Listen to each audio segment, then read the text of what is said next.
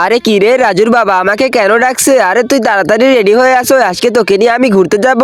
আরে আমি তাহলে তাড়াতাড়ি করে আসছি, তুমি হঠাৎ করে এত ভালো কি করে হলে?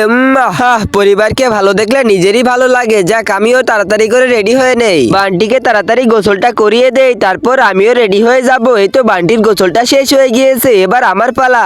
আরে এই তো আমার তো রেডি হওয়া শেষ হয়ে গিয়েছে, শুধু লিপস্টিকটা দিয়ে দিলে হবে। যাক, এবার যাওয়া যাক। আরে এই যে রাজুর মা, আমার নাতিগুলোকে সাবধানে নিয়ে যেও, যেন কোনো বিপদ আপদ না হয়। তারপর কি হলো সেইটা দেখার আগে, যেই মা সারাদিন কাজ করে, আজকে দেখবো সেই মায়ের জন্য কারা কারা ভিডিওতে লাইক সাবস্ক্রাইব করে কমেন্টে মা লিখে যাবে। আর যারা মাকে ভালোবাসো না তারা এই ভিডিও থেকে দূরে থাকো।